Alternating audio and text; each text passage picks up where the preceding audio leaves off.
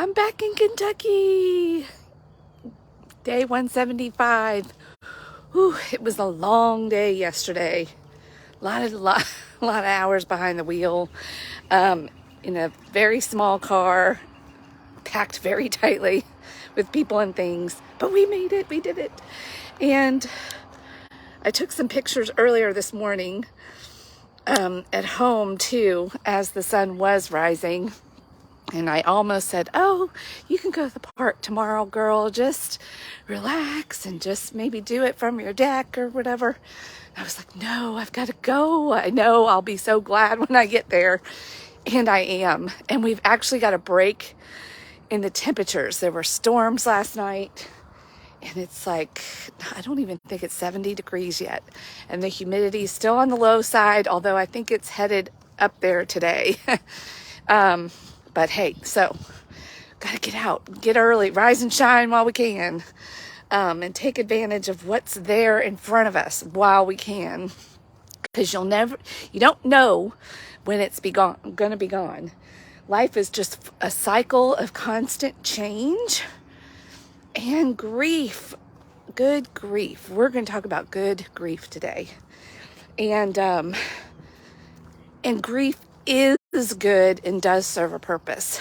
This has been a hard lesson for me to learn, that I've had to learn the hard way. So today we're in the book of Lamentations. It's a short but powerful book.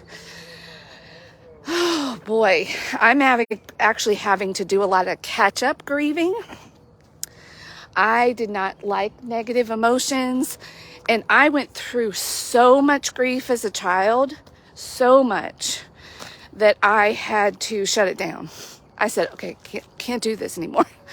Learn to compartmentalize, keep people kind of at a safe distance. When it was time, when grief should have come around, I just said, nope, we're going to deny, distract, reframe it, and not deal with it. And then take all that energy and put it towards other things. And being the peacemaker, Enneagram 9 that I am, I also withdrew and went into my own world, created kind of my own world. And through books and story and comfort food, just creating my own little world with snacks and books, and like, okay, the world can't hurt me if I just create my own. And we'll go out and play, and we'll make friends, we'll do all the things we're supposed to do. And I really thought I was connecting with people, and I was not at a time there. But anyway, we're not going to talk about that today. We're going to talk about grief and the role of grief. And I feel like for about 10 years, that's what I was doing, was circling the drain of grief. And rather than going through it, I kept trying to climb out of it, go around it, reframe it, do thought work on it, like everything. Like, no, we're not going to do this. But grief is a natural part of the process. In my latest round, when I should have been going through grief, I took all of that energy and I put it into a new career. I'm like, and it worked for a while because it kept me really busy.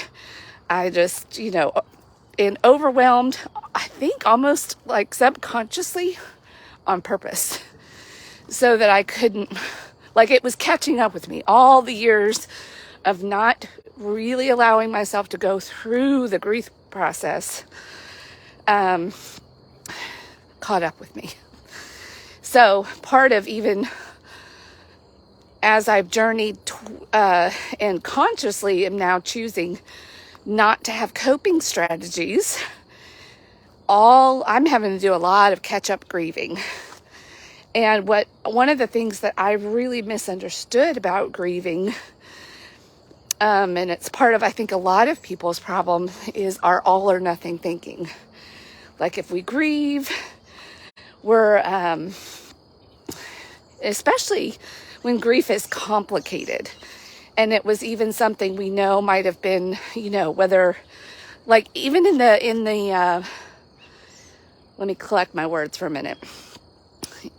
In the transformation process, when you willingly, like, okay, this part of me really needs to go, or this behavior really needs to go, but it's been a part of you for a while, you really do go through a grief process. This always sidelines people. You don't realize you're signing up for grief as part of the process, but that's a real part of you.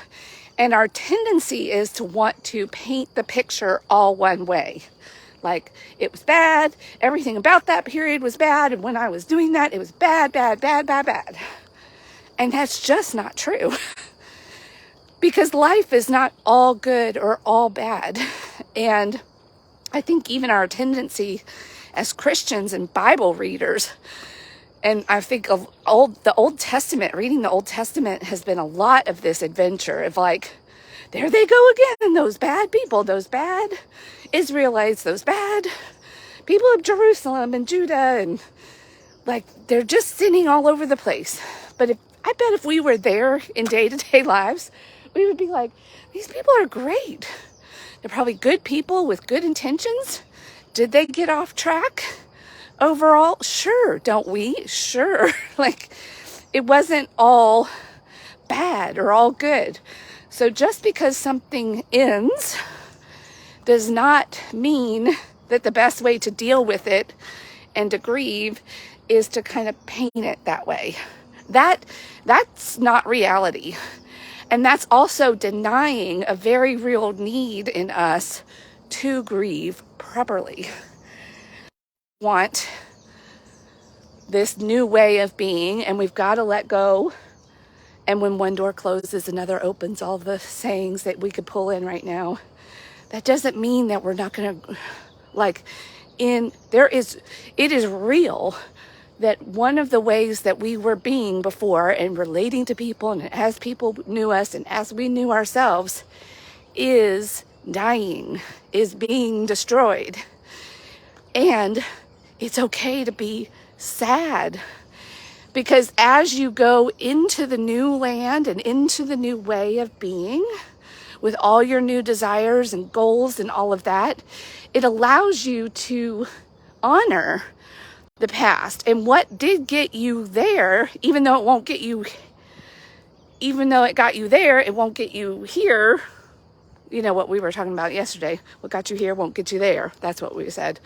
It did get you to the point and to the decision. And it was that person who had the courage to say, hey, I need to get out of here. This part of you needs to get out of here and go. It's been real. It's been fun, but party's got to end here. And I love you. I love you enough to stay back here and not be taken into the future. We can't have it both ways. I mean, and when we're coaching and we, taking people through this process, one of the things we really do talk about with brain science and feelings and reality is this grief process. Because guess what's on the other side of grief? When you allow yourself to go to the depths of grief, and then the lights start to come back on again, and hope, and it allows you to actually move into the future with more hope and more of what needs to move into the future, because you've paid homage and lamented what was, and maybe even part of what could have been. There are people that choose not to move forward with a change, and maybe they keep going down that road and they know where it's going to end, and then they get there and they're like, oh, I would have, the deathbed wishes that we hear of the dying. Oh, so there's a few different ways to really look at this, and we can take lessons from those people. We can also take ourselves into the future as part of our Like if you're really having trouble and you're like, I know I really want this change, but I can't seem to find the why that's deep enough, or the motivation that's deep enough and strong enough to keep me on this path. I'm kind of stuck here. Well, you could do a deathbed exercise with yourself. Or if you know somebody that passed because of lifestyle choices, good people, that doesn't mean you don't love them, but you can see honestly with what happened, they can become your teacher. Like you can see the writing on the wall from somebody else's life and use it to your benefit. And that's okay too. But you know, grief and all of these lessons show up for us for a purpose. And when we try to obfuscate, rearrange, go around, go over, go under, it will track you down. It will kind of haunt you. That's what will happen. Grief and the dead that need that honoring, they will haunt you. Whether it's yourself going, hey, wait a minute, come back. It will haunt you and that might drive you deeper into your coping strategies for a time. I'm a living testament to that. When I finally said enough is enough, I see the writing on the wall. If I don't get up and go through this, I am going to be buried by it. And then I'm also just continuing the legacy on, and then making my kids be the one to fix it, or whoever down the line decides to fix it. So that was part of my even process of kind of waking up, being willing to go through grief, like all the things, and look honestly at people that in my life that are no longer here through their own choices, but good people. But I don't want to, that's not all of who they were. It's not. And it wouldn't be fair to me or to them. And so it's not fair to do that even to myself. And so if you're doing that to yourself, stop. It's okay. It can be good and bad. There were really good, fun memories. Like, we don't want to gloss over that and deny it. That just causes more pain and more grief to deal with later when we try to, you know, paint it all with rose-colored glasses and rainbows, or paint it all dark and stormy and just awful. So Jeremiah, as he's seeing this end of Jerusalem, even though he knows it needed to happen, and even though the people kind of brought it on themselves, and that it was right and good of God for this to happen, it needed to happen. You know, we had to clear the way for Jesus to come in a new way that the Old Testament is building and building to. But it's okay to be sad.